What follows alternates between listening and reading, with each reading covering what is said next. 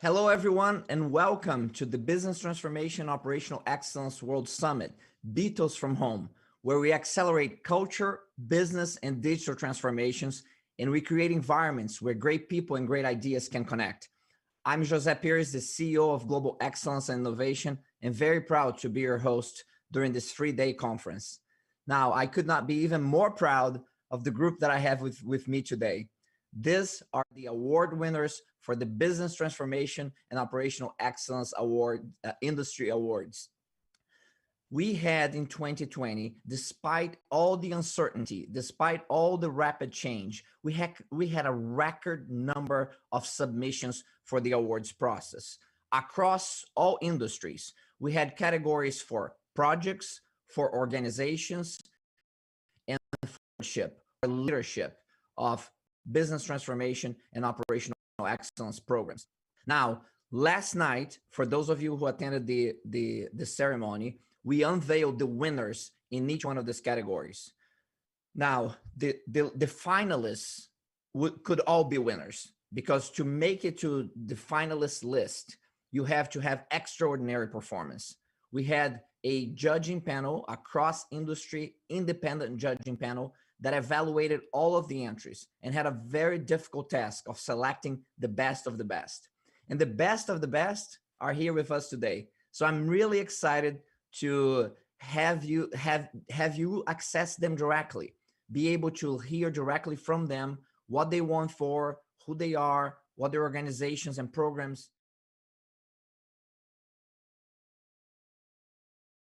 directly to them. I'm going to be monitoring those questions through the session on the app. So right now, I'm keeping an eye on the app, and I'm keeping an eye on the questions that you ask. So make sure that's where we have introductions, that we start talking about each one of these projects and the incredible leaders and teams behind these projects, that you pose your questions on the app, and the questions are ranked depending on how many people like the question, and the highest ranked questions I will relay to the panel as the conversation goes on. So don't forget to ask your questions on the app. I'll keep an eye on that, and I'm going to pass that on to the panel as they come in.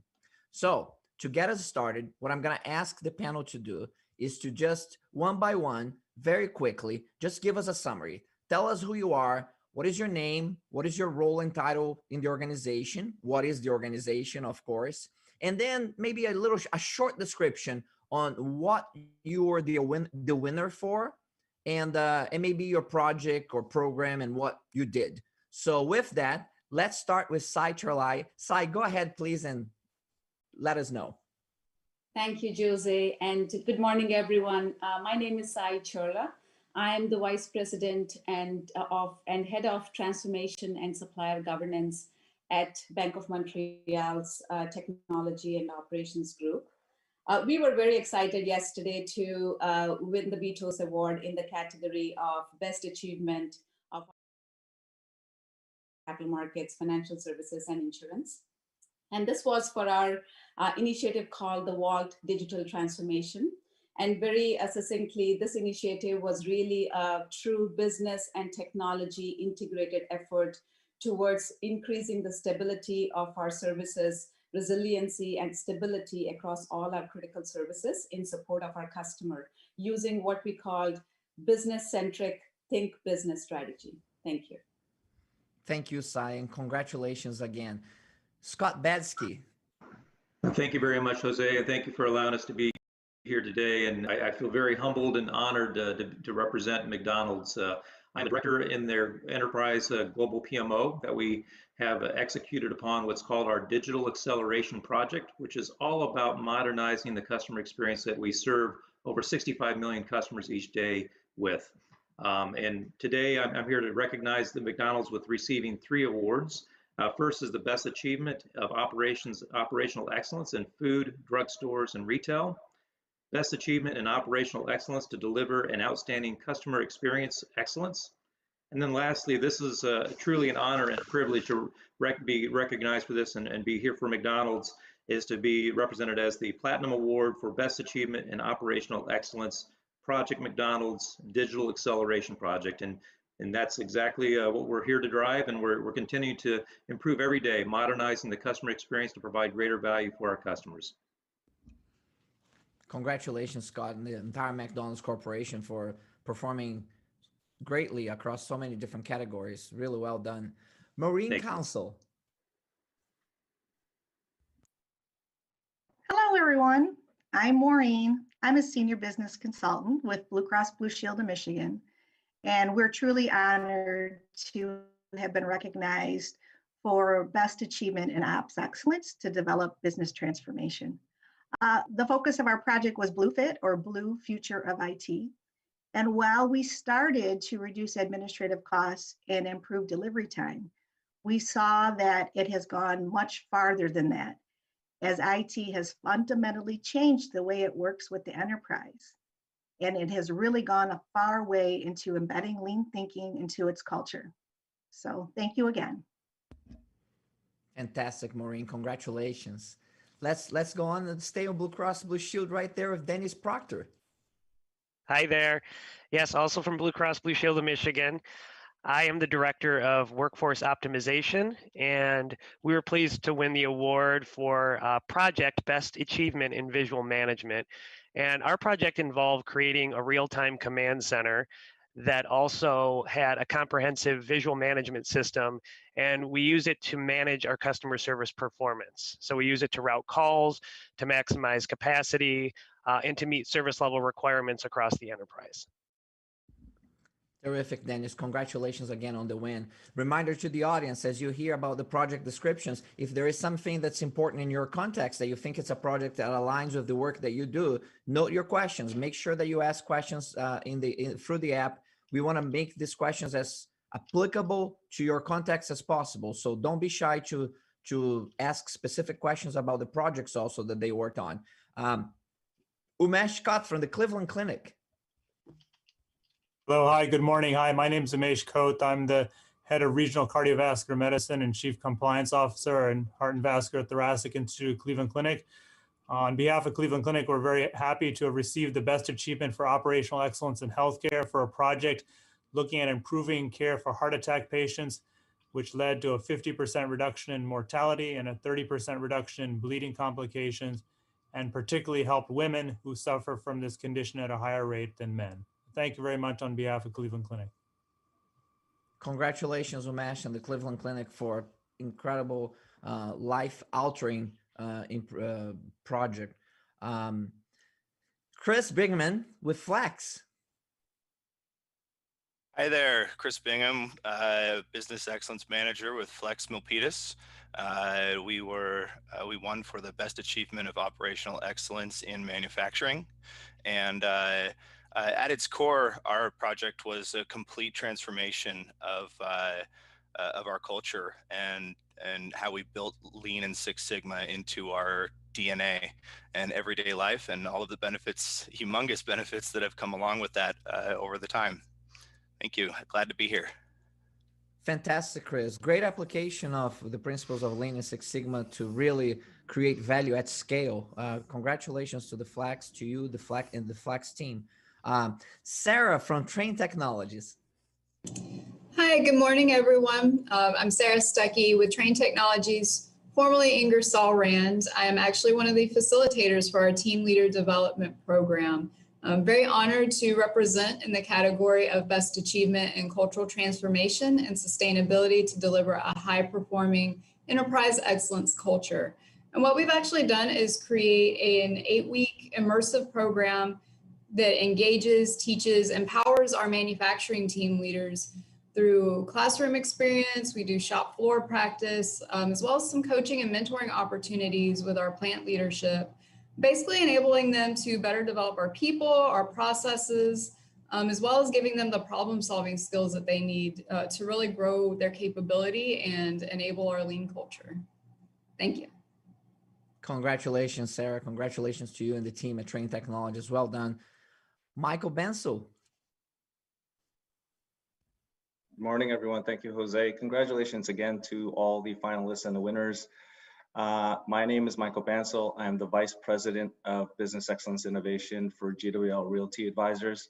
For those less familiar with the organization, we are a real estate investment advisory firm that manages about 15 billion in assets and 40 million square feet.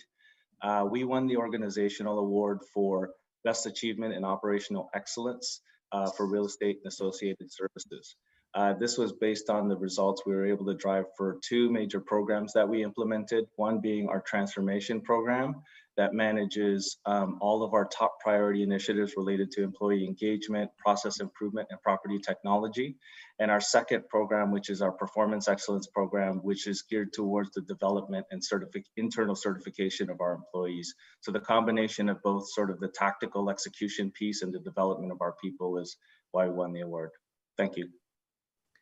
Congratulations, Michael, to you and the team, and the very interesting, somewhat non-traditional nature of the industry that you're in real estate, and really bringing excellence and innovation acceleration to the real estate industry. You're really a pioneer in that industry, so that's excellent. Well done, Brian Savoy with Duke Energy. Thank you, Jose. Brian Savoy, Duke Energy. I'm the Chief Transformation and Administrative Officer at the company. And we were recognized for the award of Outstanding Leader for Business Transformation and Operational Excellence. It was a huge honor, and it really celebrates the vision that we have to become a truly digital energy company. And, you know, it all starts with our customers. We serve over 25 million people, and delighting them in unexpected ways. So as they have more choices, they will continue to choose Duke. And it also involves our employee experience, creating a modernized experience to accelerate outcomes and work for our employees. And lastly, the ability to adapt quickly to a changing industry. So thank you for the award, Jose, and looking forward for the conversation. Fantastic, Brian. Congratulations on the Leadership Stewardship Award. And it's very important to notice it's not, Brian didn't apply himself. His professionals applied on his behalf for the stewardship he has done for the organization. So that's a great honor when you have your professionals believing you at that level as a transformation leader. So congratulations to you and to Duke Energy. Bele Gutierrez Gomez, IBM. Hello, hi, my name is Belén Gutiérrez Gómez with IBM. I'm the squad leader in the artificial intelligence squad within the data science team in enterprise operations and services. And very honored to receive on behalf of our team, which was actually a partnership with other organizations under enterprise operations and services, the award for best operational excellence project under 90 days. And it was for our, what we call the Smart Voice of the Employee project, which basically takes all of the satisfaction surveys of our employees and analyzes them through an AI classification and sentiment analysis model, grouping them into themes and allowing the leadership team to take actions and understand not just at a lower level what the comments are saying, but how those are trending into themes and how the actions that they're taking are impacting those over time. So very excited and very grateful for the recognition. Thank you.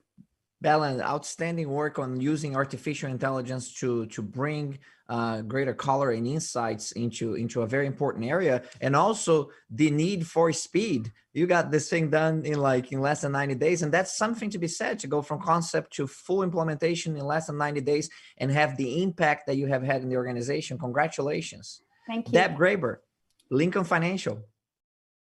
Hi, thank you very much. I'm Deb Graber from Lincoln Financial.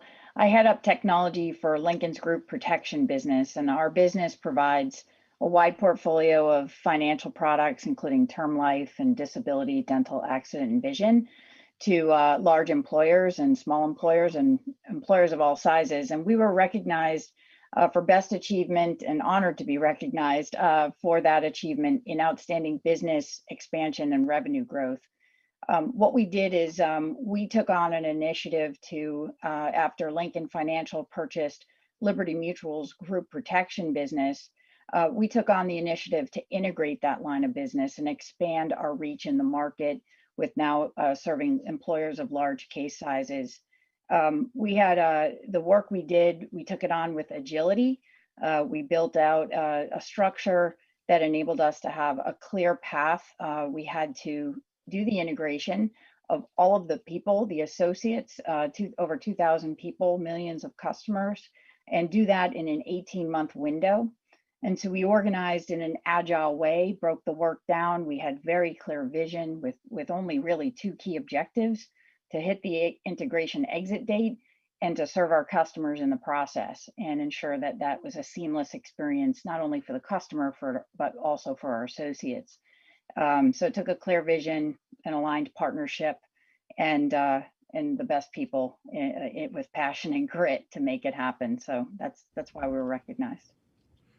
Outstanding, Deb. Congratulations to you and Lincoln Financial. And also so much activity going on these days on implementing excellence and innovation principles, on mergers and acquisitions and integration. And you are such a great example of what greatness looks like when organizations are doing that highly effectively and efficiently to create real value on M&A and integrations, which is an area that quite often people think that this is not, well, how I'm going to apply these principles here.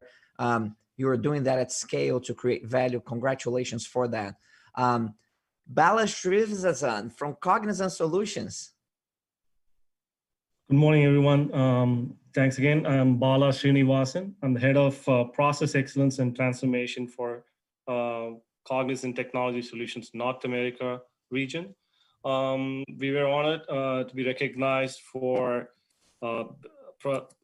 best achievement in technology-enabled process automation. This was in particular for our smart email project. We helped one of our clients, which is a large property and casualty insurer, where we brought in multiple disciplines of digital technology, if you will, AI, RPA, OCR, and workflow as well, to put together a solution to address 2.5 million emails and reduce the turnaround time by 90+%, which not only help reduce the cost, but most importantly, enable the better customer experience. So we are truly honored for that recognition. Thank you.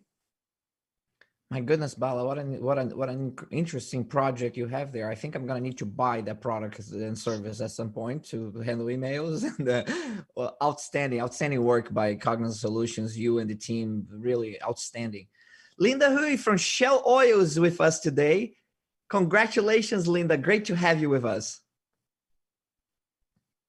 Go ahead and unmute yourself, Linda. Right now it's muted. There we go. Hello, everyone.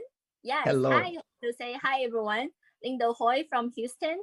I work for Shell Oil as end-to-end optimization manager in global customer operations. I'm so happy to be here representing my general manager, Thomas Moons. So we won 2 awards. One is 2020 Best Achievement of Operational Excellence in Energy, Oil and Gas, Power and Utilities Industry. So that award basically is answering $1 million question.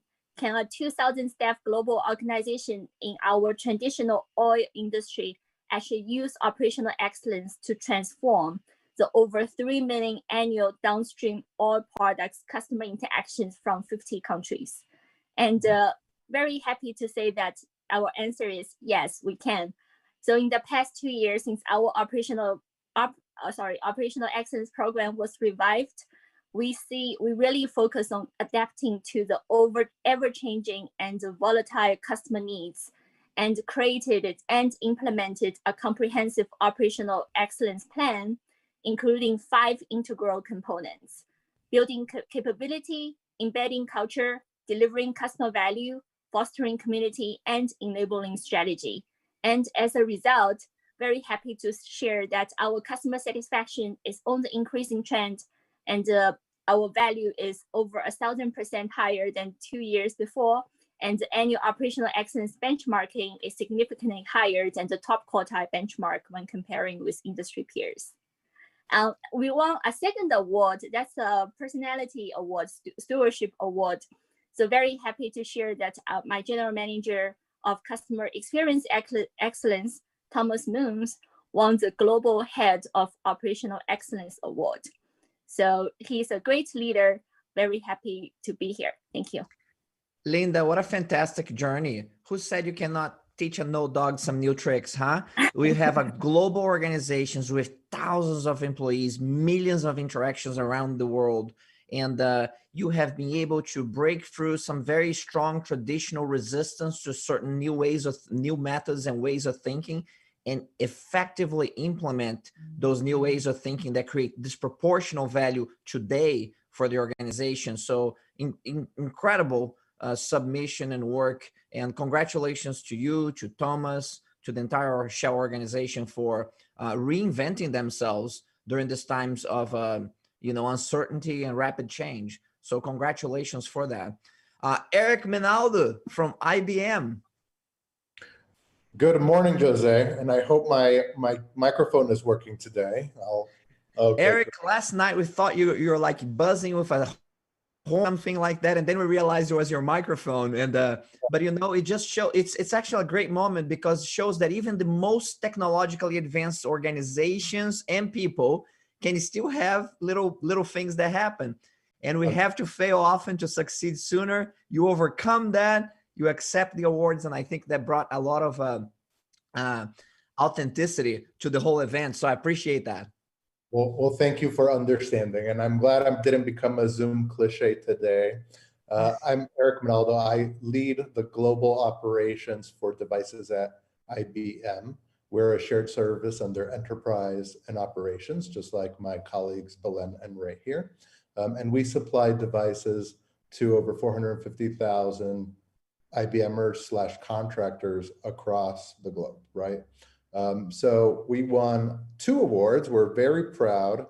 The first one was Business Achievement of Operational Excellence in Business Products and Services, and it's for our devices at IBM Global Rollout. And secondly, the Platinum Award for Best Achievement in Organizational Operational Excellence. So thank you so much for both those recognitions. And what we did here at Devices at IBM Operations is we made a shopping experience for employees. So if you need a device, you could say which one. There was a catalog. You press the button and it would fulfill itself and you would get one. So it was kind of like shopping online, which is not what all of us in companies get when we need a product or service delivered by our employer.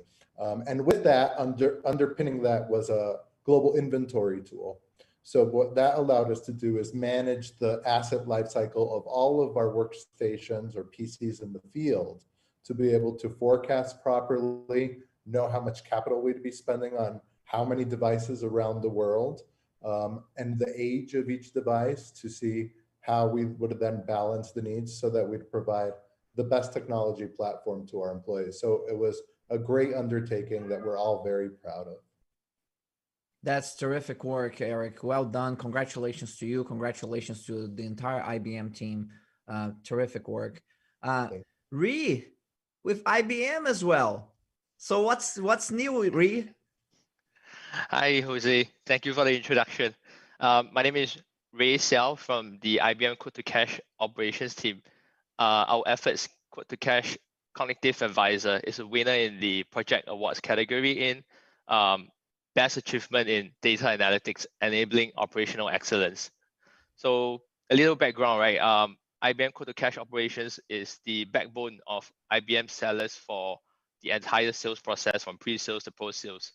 So one of the operational challenges that we face is the humongous amount of data that's being generated from these processes, and having to analyze it by our operations team spends a lot of time and effort in analyzing it as well. So what Quote-to-Cash Cognitive Advisor do is we do the analysis effort for them. What we bring to them are the insights that they can take action upon, right? So they save time without having to do the insights, and they have more time to take actions to solve the problem, act on the insights. And this is what the Quote-to-Cash Cognitive Advisor does for our users. So thank you. Really outstanding. I mean, I start thinking about this financial processes that you're referring to, and how complex and the scale of those processes and an organization of the size of IBM, and being able to get in there and make the improvements at the level that you have made it's extraordinary. Congratulations to you and the entire team. Vaishali from BMO Financial. Hello, Vaishali. Great to have you with us. Tell us about yourself and the project. Hi. I hope everyone is doing well. Thank you for inviting us here.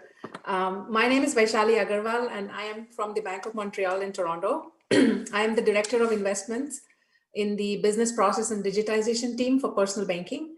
And we won this award for the best achievement in operational excellence to deliver digital transformation. We won this award for our multi-year program, which transformed our retail investments, systems, and processes in our over 1,000 branches. And as part of this program, we did a number of things. So we automated some manual processes. We digitized our customer-facing forms, and we implemented e-signatures for everyone. So this completely eliminated paper in the branches. And to top it all off, we also centralized a mutual funds compliance activity, taking that work out of the branches and giving them back capacity. So we are very thrilled by the recognition. It's an industry validation of our efforts and our approach. So thank you to BTOES and for the judges for selecting us for this award. Congratulations, Vaishali, and the entire BMO financial team. Outstanding work on investment in financial systems, optimization, improvement, innovation for value creation. Congratulations.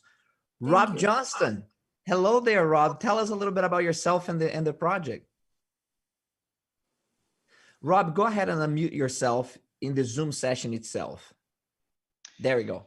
There you go. Jose, thank you, and apologize to all of you that I was a little bit late, had some connectivity issues this morning, but welcome everyone. I'm actually accepting this award for Bruce Lothers, who is the president of Banking Solutions at FIS. FIS is an IT company, offers technology products and services to clients around the world. Most notably bank clients, credit unions, and commercial and retail clients. Have about 20,000 clients that are in more than 100 countries. And just by virtue of the products and services that we offer, digital is a key component. I'm accepting this award on behalf of Bruce Lothers, who is the president of Banking Solutions, and the award is operational excellence for the business unit president. So that's why I'm here on behalf of Bruce. Obviously, with the COVID pandemic impact this year, digital, as you heard from many of the award winners here today, has been accelerated. So we have some natural tailwinds that are helping us as we transform across the various industries. But just a pleasure to be here with all of you today. And again, congratulations to the other award winners. Rob, thank you for joining us. Thank you for representing Bruce. And as I mentioned before, on the Stewardship Awards, which are the leadership awards, it is so meaningful because it's not that Bruce applied for the award. He can't actually not do that. His organization stood up to recognize his stewardship of the program. And that, I can only think that as a leader, that has to be incredibly flattering to know that the people that you are collaborating with and leading have that view of you as a leader. And so congratulations to Bruce for that incredible honor, and certainly for the many successes that FIS has had under his stewardship. And thank you again for being here representing him very admirably. Yeah, thank you very much. By the way, Bruce would never nominate himself for anything. As I said yesterday, he's a very humble and servant leader.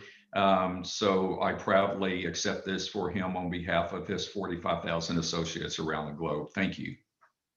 Absolutely. Thank you very much, Rob. I think I cover all the panelists here with me. If there's anybody who is on Zoom and maybe not on the screen, let me know, because I do not want to overlook you, but I don't see anybody else. I feel like I cover everybody.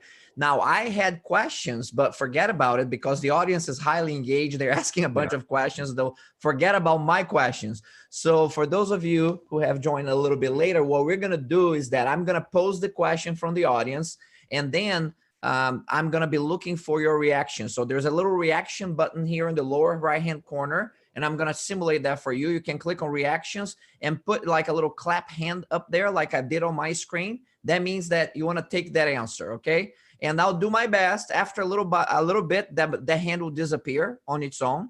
And I won't go around the whole room in one question, but I'll pick 2 or 3 maybe and, look at your perspectives on that topic. So the first question that I have here is from Akil Motiwala, and Akil has been highly engaged, asking some really good questions throughout. And I love his question because if you think about what you have here in this room is a great example on how you can predict the future. And I often like to say there are only two types of people who predict the future: those who don't know and those who don't know that they don't know. There is no such a thing, especially in the exponential future that we're on right now. The future is highly predictable and it's linear. It's really definitely non-linear for quite some time. And the global pandemic that we're under right now is just one of many examples of that. We're going to experience more change in the next decade from a technological standpoint alone that we have experienced in the last 2 decades combined and more. And even that prediction can be wrong. Now, the best way to create the future, to predict the future, is actually to create it. And this group, this team, these organizations are creating the future by applying concepts of excellence, innovation, business transformation to create value for their clients, for their organizations, for their professionals, for all stakeholders.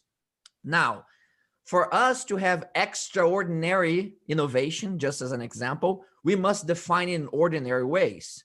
And one way that we can create a democratic view of innovation is to make sure that we have a full definition of what innovation is, and it's accessible to all in the organization. And you all have that. And it means that it's not coming up with new ideas. That's good, but not sufficient. It is not even coming up with new ideas that create value, because that's the next step. But every organization has a big cemetery of new ideas that create value. It's about finding the people who are willing to put their reputation behind the new ideas that create value. People with purpose, passion, discipline, and resilience. And ultimately, it's not even about new ideas that create value in these people. It's their ability to implement. So the implementation of new ideas that create value is the ultimate ordinary definition of innovation that allows you to go for extraordinary. So with that, Akil Motiwala asks a very simple but incredibly important question. What is the one thing that which made the implementation of your new ideas that create value successful? Because that is the biggest challenge. Is the effective implementation of these new ideas to generate value is what the real challenge is. So who wants to take a stab at that and just share, maybe one thing that you think that is critical for that sustained implementation? So I got 3 over here. I'm gonna write that: Maureen, Brian, Chris. So I'm gonna grab those first. Maureen, why don't you go first, please? Yeah, absolutely. Great question. So for us, the sustained implementation on BlueFit really had to do with teaching the people to fish on their own, meaning we had to train IT to understand the lean concepts and to embrace it. And because we did that, 2 years after, we have 70 IT lean practitioners that continue to do the work that we started. So I would say train people, get them motivated, and get them excited about it. That reinforcement is so critical, having the people who are going to be part of the implementation, having an active role. That's a great perspective, Maureen. Brian, tell us your perspective. What do you think is the one thing that really drives successful implementation? So I'm a finance guy by background. I've been doing technology for a while, but the one thing that I think is a common business language is disciplined in financials. And so every one of our innovations had a requirement: it must pay back within 2 years or less. And we had the value capture from the incubation through delivery, through implementation. And that payback has been way better than we thought. We had a 2-year payback minimum, and we're tracking about 12 months. And that with the business unit leads and myself, we would meet every month and value this along with the product team. And I think that is the one thing that I would say pins the success. It's a fantastic perspective, the importance of that disciplined approach and to value creation and quantifiable value creation. That's very good. It's interesting. Sometimes organizations become like, we don't need to financially quantify these things anymore. It's just good things that we're working on.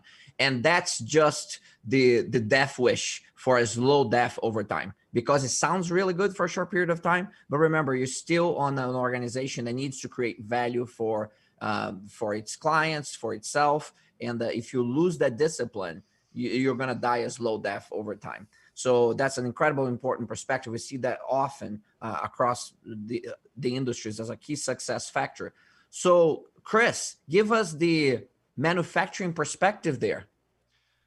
From a manufacturing perspective, I'd say giving everyone the tools to improve their own work and their own lives is really what brings the value for us. And something that you had touched upon right when we started this, which was try, and it's okay to fail your way to success, right? Fail quickly, fail fast, and succeed. And that's okay. And we'll just continue building and continue improving as we go. Outstanding, Chris. Outstanding. And this is such an important concept you cover. And it's not just, let's just try things at random and fail at them. It's competent failures, right? I mean, we plan, we design for certain outcomes, but it didn't work out. Then we learn from that versus it's not a free for all. Just try anything that comes to mind and see what happens. You're going to blow up places very quickly if you do that. So competent failures and that iterative process of failing competently, if you will, but failing often to succeed sooner is what you highlighted. Is so critical. So many different environments. This is such an important question. Is there, if anybody else feels like compelled that I gotta add something else here, please raise your hand. I'll take one more on this. Anybody? Okay, Scott, tell us about implementation. You had multiple things going on there at McDonald's. I mean, it's easier to come up with new ideas than to let go of old ones. And to implement new ideas in a corporation that's established like McDonald's cannot be easy. So tell us a little bit about the implementation journey. Absolutely. So for us, it was about deploying mobile order and pay to 20,000 restaurants within 10 months. And that was a very bold, ambitious goal that our CEO communicated out at a shareholder event. And for me, having that singular goal became almost like a mantra for the entire organization, the entire global McDonald's organization, to really strive to achieve that within the 10 months, which we did. And we've actually even gone way beyond that at this point in time. And quite frankly, we're looking in a world today with this pandemic that doing this investment a couple of years ago has laid the foundation for us to effectively, I'll say, not just survive, but thrive in this pandemic, because this ability to do a mobile order and pay scenario in a contactless world has been imperative for us to be even more successful in the world that we're living in. But for me, it starts with establishing that common goal that you can unify the entire organization and get everyone to act as one team. Tremendous perspective. That common purpose is so critical. And as you mentioned, this big, bold, ambitious goal catalyzes the organization. Vaishali, go ahead. Add your perspective there from BMO Financial's view. Thank you. So great perspectives from everyone. For ours, because we were impacting over 10,000 employees across the country in over 1,000 branches, and the scale of our transformation was massive. So what worked very well for us was being able to stagger our releases and do it in a phased manner, and selecting that order of operations was very critical. So we didn't go all out and digitize broken processes. We first cleaned up the processes. We automated what we could of our manual processes and made it in a way that it was a good story we could tell to the front line. And the change management tied in with all of that. We made sure that we took our people with us, winning hearts and minds, as they say.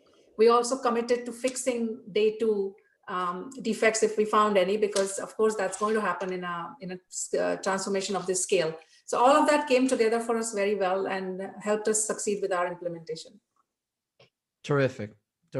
Thank you for sharing those perspectives. I'm going to jump into the next question from the audience, because that we may circle back with you a little bit. Let me just check here with Adam Lawrence. Adam Lawrence is asking about I would like to hear more about the visualization that won the award, the visualization category. I'll bet some money that Adam is a lean expert and is thinking about lean and visualization.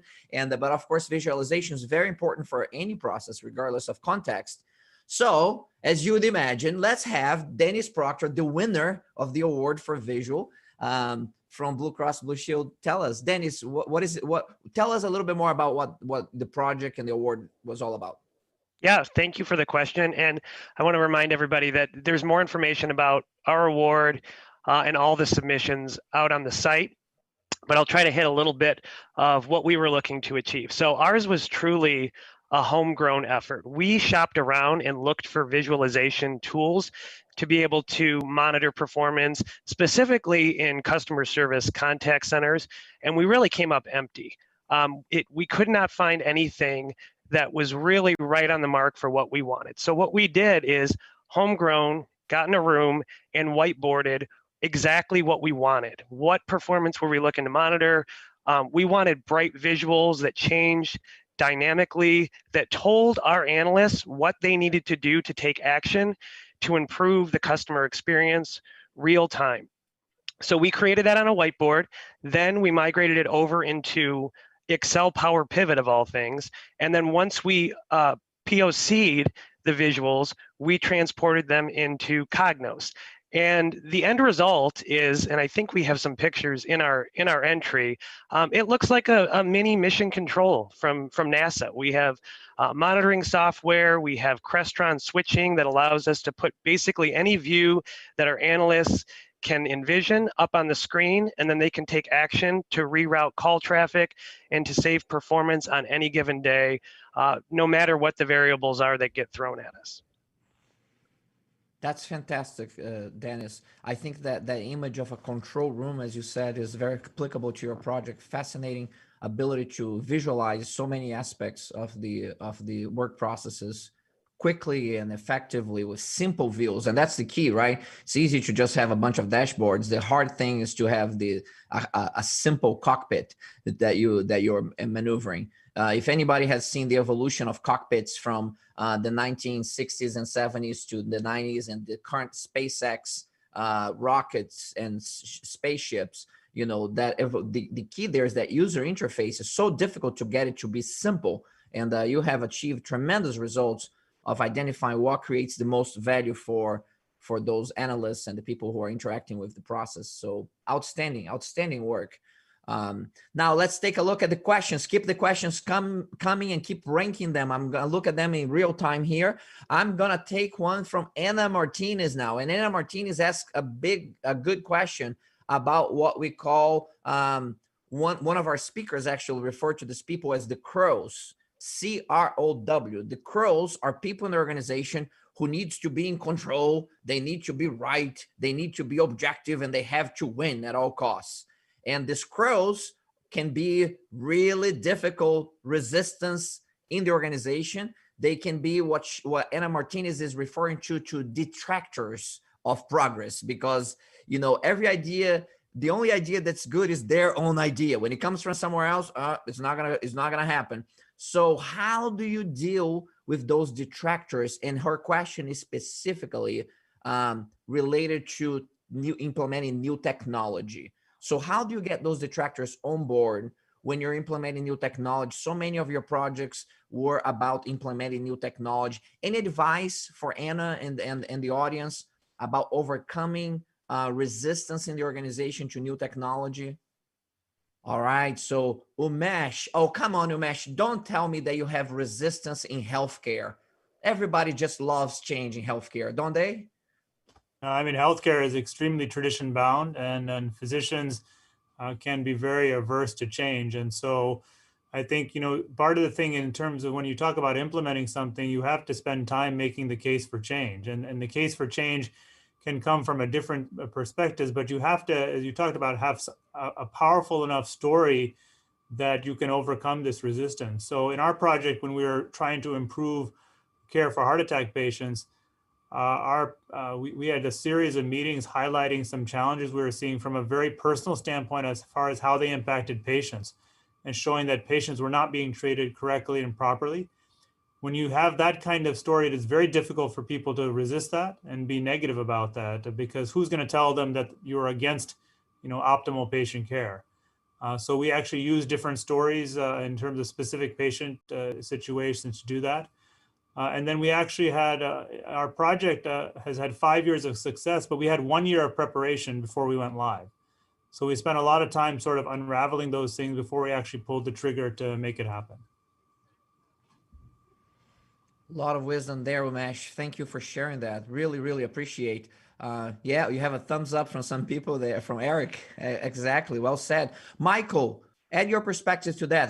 You are in an industry now, non-traditional real estate. Right. We're gonna take this disciplined approaches to make improvements and innovations here. Most real estate companies, they'll look at you and say, I'm gonna fire you and everybody who looks like you for trying to do that.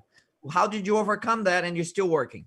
Yeah, specifically to resistance, that was one thing we certainly had to deal with, and we had an approach for it, right? Like, so for example, real estate is going through an evolution. The old adage of location, location, location doesn't apply anymore. It's location, experiences, and innovation, right? And it's become even more apparent through, virtual meetings such as this, right? So, to manage resistance, we really looked at it 3 ways. You always have to get support and buy-in from your executive team, and they have to set the tone for the organization, right? It's got to come from the top, and we're saying we're committing to being a better organization, to trust in operational excellence and to operate better, right? And then the second thing is really we took our time to manage through change, right? We tried to understand the challenges that we were going to come through and come up with creative ways to get through that. So for example, we had 3 of our executives participate in our performance excellence development certification programs, right? Just to show that we are committed to this. And then they also have to understand what's in it for them. So when we talk about crows, we have to understand what is it, why are they resisting, right? What's in it for them? How do we sort of turn that story to be beneficial to them, right? And then the last thing we did was just keep it simple, right? Sometimes we can get caught up in all these, DMAIC, FMEAs, and all these different terms. What is relevant to the industry? We tried to really keep it simple and make it understandable to the industry and the people and the culture, right? But I would also say, we also followed what we believe is what we call the 20-60-20 rule, right? So 20% of the time when they hear all of this stuff, they're gonna jump on and saying, we're bought in, right? And then you got about 60% of the population that says, you know what, that sounds great, but let me wait and see what you guys can do as far as how we're going to transform. And then you're always going to get the 20% that are just resistors, right? Doesn't matter what you say, they're just like, I'm not doing that.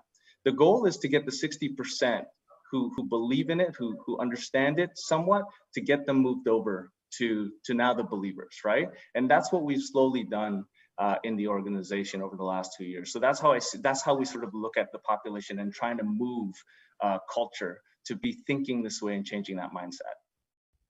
I love what you just said. What a great summary. What a great, a mini masterclass on managing change in organizations. Well done, Michael. And also I would add a quick perspective on that people have to experience things and see what it's like. People's minds are not changed through argument. They are changed through observation. And I'll give you an example from where we are right now. If you told me 2 years ago that, oh, you know what? This panel that you're doing in person here in Orlando in this big, beautiful auditorium is cool. And then I proposed to them, hey, what if we did something online where we actually have the best leaders together right there online and we do this in a Zoom session? They'll look at me and say, oh, that's stupid. That's horrible. Because they'll think like, well, it doesn't make any sense. Now, once they experience this, I'm going to tell you something. This panel right now, the quality of the people that were able to be here right now from their locations from around the country, even different places in the world, and the ability to have the conversation in the setting that we have right now, and the people who are experiencing this, the ones who experienced the previous one and this one, this right now is better. But they wouldn't be able to conceptualize that until they experience this. Why this is better? Because they're listening directly from leaders in their context who are making themselves available, who may not have been able to travel to Orlando. They would send a representative, if you will. When you get to a big stage in Orlando, there is a lack of authenticity of some in-person events where people are a little nervous to be in front of 2,000 people and speak on a microphone, and they start talking about what they want to be perceived as versus what's really going on. And a lot of that goes away when you get into the setting. You get the real leaders with a higher level of authenticity.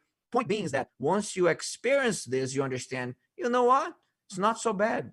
But so all of the things that you talked about before, plus this journey of experimentation and really having people experience what the new looks like is so critical. And you all have done tremendous jobs on this because you have implemented successfully. I'm going to jump into another question here. So these are great perspectives. I have one other question. I have lots of questions. It's hard to pick. How has your success on this, on what you're awarded for, how has it become a building block for what you're going to do next? I mean, is this a one-shot win that you got here, or is this something that you now can build on? Anybody can build on what you have done here, or this was kind of a one-hit wonder? Deb, let's get you first. What is your perspective on that? Can you build on this?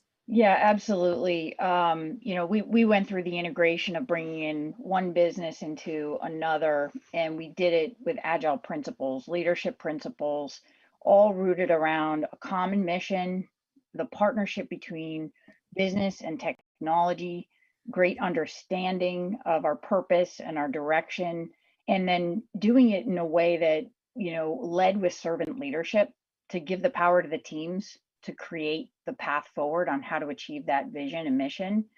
And that led us to great success. It is something that we're going to build upon in terms of bringing forward, and we are bringing forward right now for our group protection business, implementing Agile at scale, and across Lincoln as well, with the Agile practices. It was a way that we were able to break work down, small increments, quick wins, test with the customer, understand the result, and really drive value to market quickly. And, you know, we were incredibly successful in, you know, I'd say it was our kind of test and learn with Agile at scale, in the way that we organized the integration efforts and the over 11 release trains with 500 people tied to them. You know, it was our learning that we're bringing forward so that we can deliver value incrementally and create that culture of servant leadership and alignment to our true north and our purpose to our customers. Wow, phenomenal. Well said, Deb. Congratulations again on that. Bella, what about Cognizant and what Cognizant has done? How do you build on this? Yeah, so replicability and scaling is in our DNA. So as a service provider, that's something that we need to bring to our clients on a daily basis. This particular project, which was again a conglomeration of different disciplines within digital, to automate the email processing. So we have, you know, it was more catered towards a particular client, a property and casualty insurer for a particular process, like processing certificate of insurance and cancellations. What we have done is made it an offering for our clients, not only for that client and scaling it within that client, but also across different industries. We are bringing that as a smart email solution, AI-powered, cloud-based solution, which can plug in to your existing infrastructure. So creating an asset, if you will, and replicating it across multiple clients, that is something that's in our DNA, and that's what we've done here. Outstanding, Bella. Thanks for adding that. Eric, you had a comment to make there on building on this.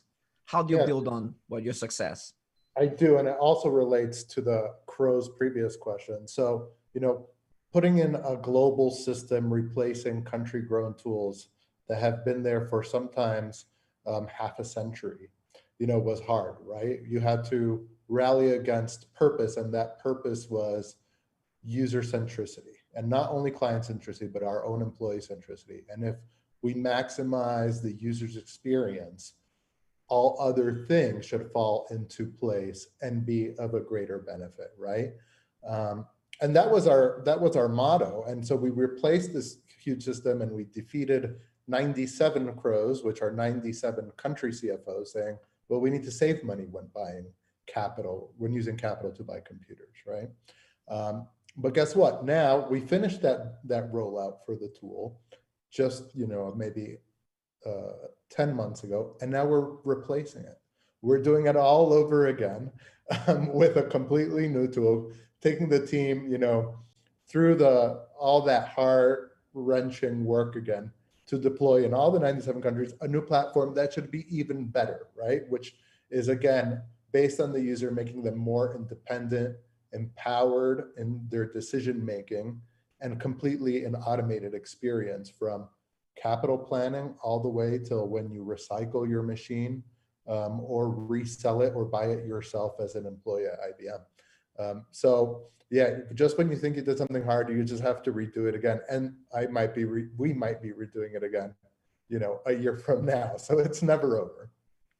Absolutely, Erico. Great perspective. It's not for most of this improvements and innovations that we have discussed. It's not a destination. It's just a journey. And that's a great example. And you also answer a question that had been posed by Michael Chu. Michael Chu was asking about how do you engage the internal non-customer facing teams on these initiatives. And you alluded to that on when you're doing your design. Of course, you have to be thinking about your end user and as you do that design. But it's very important that you're taking into account the internal users in the organization of those systems as well, because they are your customers. And people debate sometimes internal versus external customers. But if you don't get those internal customers on board, forget about serving the external customers. It's not going to work because they are critical for that service to be presented to the external customers. So you have partially answered a question from Michael Chu in the audience. Now, I have Sarah. You had your head up. Train Technologies, great achievement. How are you using this as a building block for the next step? Well, of course, when you're talking about teaching lean skills, teaching lean knowledge, and leadership skills, you have to continuously improve. So we continue to work on the program, look for ways to especially increase the hands-on application. People learn best by doing, of course, and then also how to weave technology. So we're looking at ways of doing that. But additionally, it's how do we reach out to people at other levels? So the team leader development program was developed for hourly team leaders on the shop floor.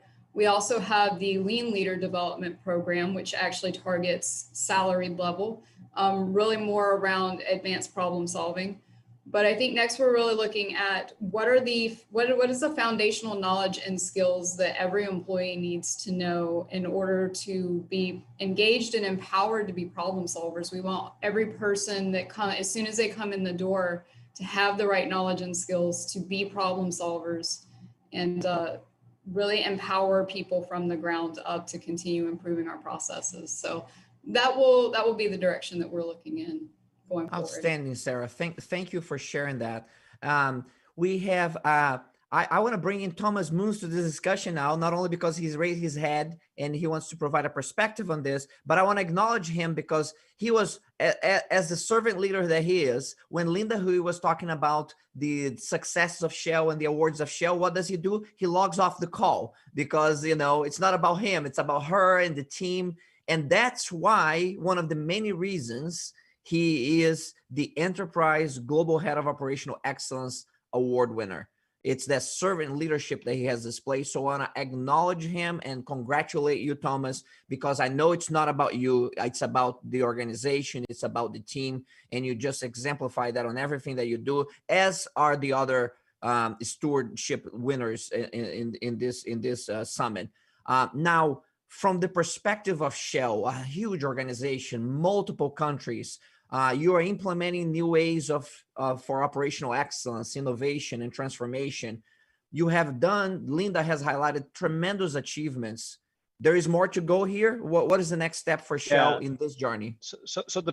Thank you very much. And the perspective I wanted to share with everybody in the meeting today is as follows. Shell, and I think most of the other companies I speak to, spend a lot of time and effort systematically surveying what customers think about the experience they get.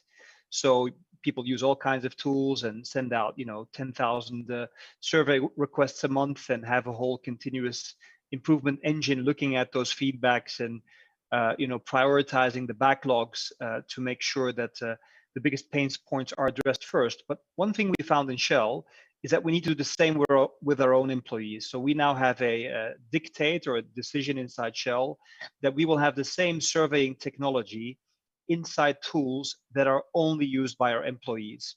So we use exactly the same technology, but instead of pointing it at customers, we point it at our own employees so that we really get evidence-based, sample-based feedback from our own workers instead of the anecdotes like such and such leader did a walk by and picked something up from one agent and that now becomes the next big thing we need to address. No, we really use statistical data points to see what we need to fix for our users, and it has done wonders for us. And I can only recommend it if you use a surveying tool on your customers, point it on your own employees, and work it the same way.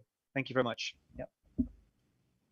Thank you very much, Thomas, for that insight. And that really takes us to the end of the session. It went by quickly. On behalf of 2,000 plus registered participants, I want to thank the entire panel for being here.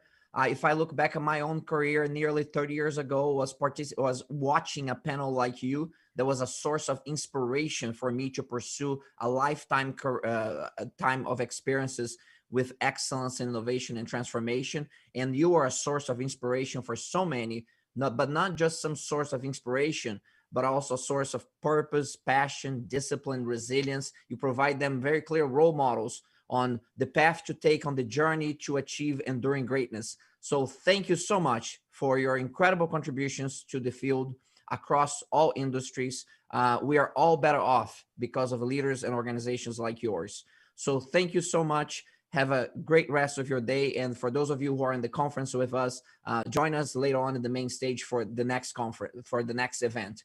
And the next event, ladies and gentlemen, will be at noon Eastern time, where we're going to have Paul Su from Nintex talking about improve employee productivity during and post-COVID by leveraging process management and automation technology. Paul is going to run an interactive workshop on the topic, and that's the next item on the main stage.